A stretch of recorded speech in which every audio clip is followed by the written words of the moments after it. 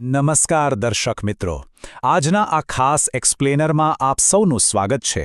આજે આપણે શિક્ષણ જગતમાં આવનારા એક એવા સુંદર અને મીઠા પરિવર્તનની વાત કરવાના છીએ જે બાળકોના ચહેરા પરથી પરીક્ષાનો પેલો ડર દૂર કરી દેશે અને ત્યાં એક સુંદર સ્મિત આવશે.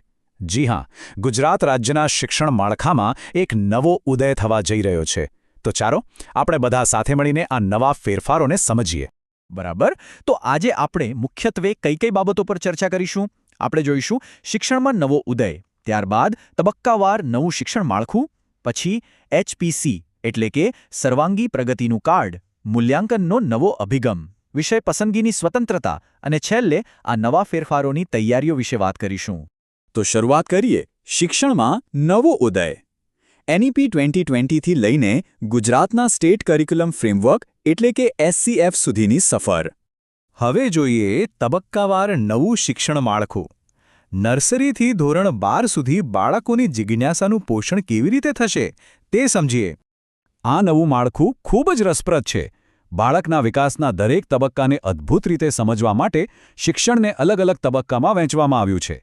પ્રારંભિક તબક્કામાં એટલે કે નર્સરીથી ધોરણ 2 સુધી સંપૂર્ણ ધ્યાન માત્ર રમત અને પ્રવૃત્તિઓ પર જ રહેશે, કોઈ જ ભાર નહીં. ત્યારબાદ પ્રાથમિક તબક્કામાં એટલે કે ધોરણ 3થી 5માં ભાષા, ગણિત અને પર્યાવરણને ગોખવાને બદલે શોધ અને પ્રવૃત્તિઓ દ્વારા શીખવવામાં આવશે. ઉચ્ચ પ્રાથમિક એટલે કે ધોરણ 6થી 8માં વ્યાવસાયિક શિક્ષણનો એકદમ ધીમો અને મીઠો પરિચય કરાવવામાં આવશે અને માધ્યમિક સ્તરે ધોરણ 10 અને 12માં કોઈપણ જાતના તણાવ વગર ઊંડાણપૂર્વકનો અભ્યાસ સુનિશ્ચિત કરવામાં આવ્યો છે. બોર્ડની પરીક્ષાઓ એકદમ સરળ બની જશે. દરેક ડગલે બાળક કંઈક નવું જ શીખશે. હવે વાત કરીએ HPC એટલે કે સર્વાંગી પ્રગતિના કાર્ડ વિશે. આ કાર્ડ ધોરણ 1થી 8 માટે શૈક્ષણિક પરિવર્તનનું જાણે કે હૃદય છે. વર્ષોથી બાળકો અને વાલીઓને ડરાવતી પેલી પાસ-નપાસની જૂની પદ્ધતિ હવે સદંતર બંધ થવા જઈ રહી છે. છે ને મોટા રાહતના સમાચાર? તેના સ્થાને એકદમ હકારાત્મક અને સર્વાંગી મૂલ્યાંકન કરતું 1થી 20 પાનાનું હોલિસ્ટિક પ્રોગ્રેસ કાર્ડ આવશે. આ કોઈ સામાન્ય માર્કશીટ નથી, પણ બાળકની વાસ્તવિક પ્રગતિનું દર્પણ હશે. આનાથી પરિવારો માટે એકદમ ચિંતામુક્ત વાતાવરણ ઊભું થશે. આ 360 ડિગ્રી મૂલ્યાંકન પ્રણાલી ખરેખર કમાલની છે. આપણે જાણીએ છીએ કે બાળકના વિકાસને માત્ર પુસ્તકીય જ્ઞાન પૂરતો સીમિત ન રાખી શકાય. એટલે જ હવે શારીરિક, ભાવનાત્મક અને જ્ઞાનાત્મક એમ ત્રણેય પાસાઓનું અત્યંત સંતુલિત મૂલ્યાંકન કરવામાં આવશે. બાળક શારીરિક રીતે કેટલું સક્ષમ છે, તેની ભાવનાત્મક સમજણ કેલી છે અને તેનો બૌદ્ધિક વિકાસ કેવો થઈ રહ્યો છે, આ બધું જ આ કાર્ડમાં સંપૂર્ણ મીઠાશ સાથે આવરી લેવામાં આવશે. આ પ્રક્રિયાની સૌથી મજાની વાત તો એ છે કે આમાં માત્ર શિક્ષક જ નહીં, પરંતુ બાળક પોતે પણ પોતાનું સ્વમૂલ્યાંકન કરશે. જરા વિચારીએ, આનાથી બાળકનો આત્મવિશ્વાસ કેટલો વધશે. આ ઉપરાંત બાળકના મિત્રો અને વાલીઓનો અમૂલ્ય પ્રતિભાવ પણ આ કાર્ડમાં જોડાશે. ઘોખણપટ્ટીને બાજુ પર મૂકીને બાળકની વિશ્લેષણ કરવાની શક્તિ, વિવેચનાત્મક ચિંતન અને કોઈપણ સમસ્યા ઉકેલવાની ક્ષમતા જેવી બાબતોનું સાચું માપન થશે. આ ખરેખર એક ગેમ ચેન્જર છે. આગળ વધીએ મૂલ્યાંકનના નવા અભિગમ તરફ. આ અભિગમ માત્ર લેખિત પરીક્ષાઓથી ઘણો આગળ છે. તો હવે વર્ગખંડનું રોજિંદુ વાતાવરણ કેવું હશે? બહુ જ મજેદાર. પ્રથમ પગથિયા તરીકે વર્ગમાં પ્રશ્નોત્તરી, પ્રસ્તુતિ અને સમૂહ ચર્ચા દ્વારા મૌખિક અને લેખિત જ્ઞાનનું આદર્શ સંયોજન થશે. ત્યારબાદ રમતો, પ્રયોગો અને પ્રોજેક્ટ્સ દ્વારા પ્રાયોગિક જ્ઞાન પર ખાસ ભાર મૂકાશે, જ્યાં બાળકો જાતે કરીને શીખશે. અને સૌથી અગત્યનું પગથિયું, શિક્ષક દ્વારા રોજિંદી પ્રવૃત્તિઓનું સતત અને પ્રેમપૂર્વક અવલોકન થશે. એટલે કે મૂલ્યાંકન એ કોઈ ડરાવણી પરીક્ષા નહીં, પણ રોજબરોજની આનંદદાયક પ્રવૃત્તિનો જ એક હિસ્સો બની જશે. અહીં સૌથી અગત્યનો મુદ્દો એ છે કે બોર્ડની પરીક્ષાઓનું સ્વરૂપ પણ ધરમૂળથી બદલાઈ રહ્યું છે.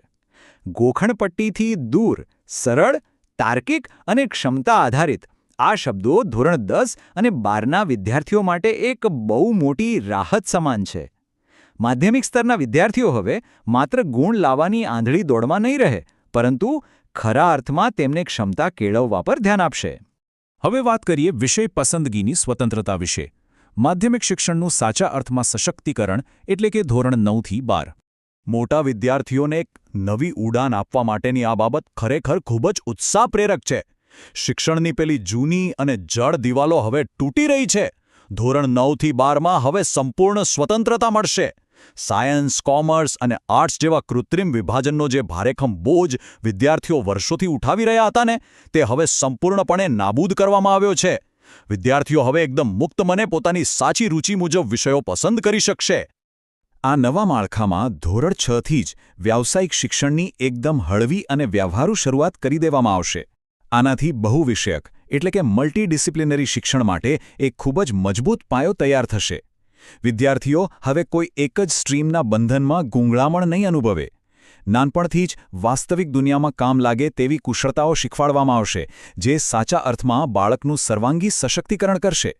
અને છેલ્લે નવા ફેરફારોની તૈયારીઓ પર એક નજર કરીએ.